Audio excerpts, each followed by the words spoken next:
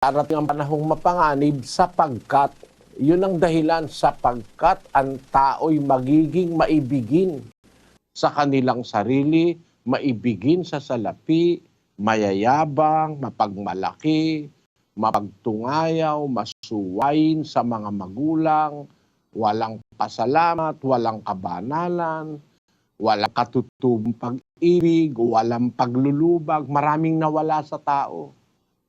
Nawala yung pasalamat sa Diyos, nawala yung kabanalan, nawala yung katutubong pag-ibig. Kasi ang tao po, meron tayong mga bagay na nararapat nasa atin. Maraming naiwala na ang tao. Nawala yung katutubong pag-ibig, nawala yung pagpipigil sa sarili, nawala yung pag-ibig sa Diyos. Ayan po ang nagpasama sa atin.